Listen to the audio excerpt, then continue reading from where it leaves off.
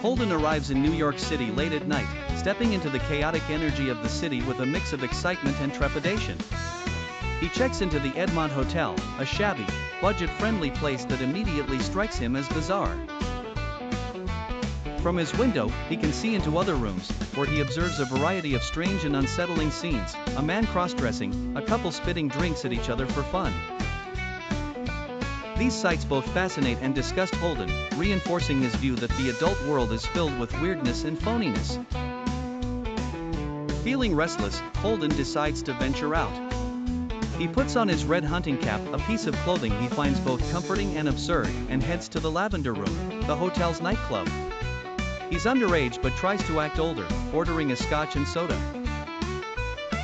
The waiter doesn't buy it, serving him a Coke instead. Holden isn't deterred, he's more interested in people watching anyway. He spots three women at a nearby table and decides to approach them. The women, who are tourists from Seattle, are older than Holden and initially find him amusing. He charms them with exaggerated stories and his trademark sarcasm, but his excitement quickly turns to disappointment. They're not interested in having a real conversation, they just want to gossip about celebrities they've seen in the city. Holden ends up feeling like a child trying to impress adults, and the encounter leaves him lonelier than before. Back in his hotel room, Holden's thoughts turn dark. He feels disconnected from everyone and everything. He calls up Faith Cavendish, a woman he heard about through a friend, who is rumored to be easygoing. Faith answers groggily, annoyed at being called so late, and Holden awkwardly suggests meeting for a drink. She declines, citing the late hour. Holden hangs up, feeling humiliated. The next day, Holden continues his quest for connection. He takes a cab and strikes up a conversation with the driver, Horwitz, asking him about where ducks go during the winter when the lagoon in Central Park freezes over. It's a strange question, but it's Holden's way of trying to understand something about life's mysteries. Horwitz dismisses the question with a gruff response, leaving Holden unsatisfied. Holden's wanderings eventually lead him to Ernie's, a nightclub in Greenwich Village.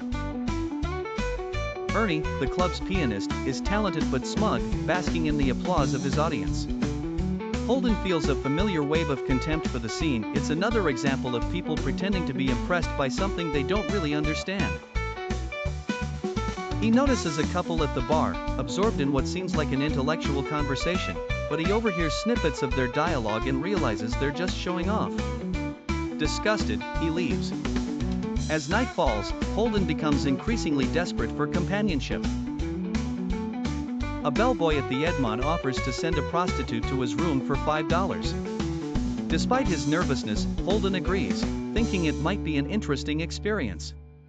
When Sunny, the young prostitute, arrives, Holden panics. She's close to his age, and instead of finding her alluring, he's struck by how ordinary and vulnerable she seems.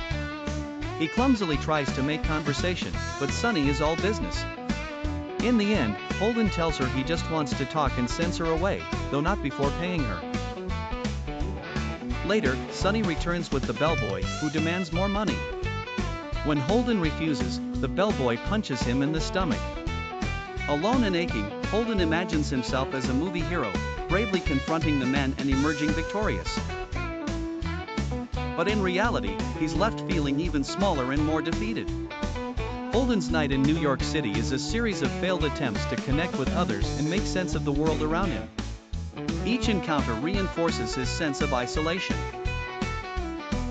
Whether it's the tourists in the Lavender Room, the cab driver, or the prostitute, Holden finds himself unable to bridge the gap between his inner world and the chaotic, superficial reality he observes. As the night ends, Holden lies awake in his hotel bed, staring at the ceiling. He thinks about calling someone he truly trusts but realizes there's no one. The city, which he hoped would offer freedom and adventure, has only magnified his loneliness. Yet, despite his disappointment, Holden resolves to keep searching for something real.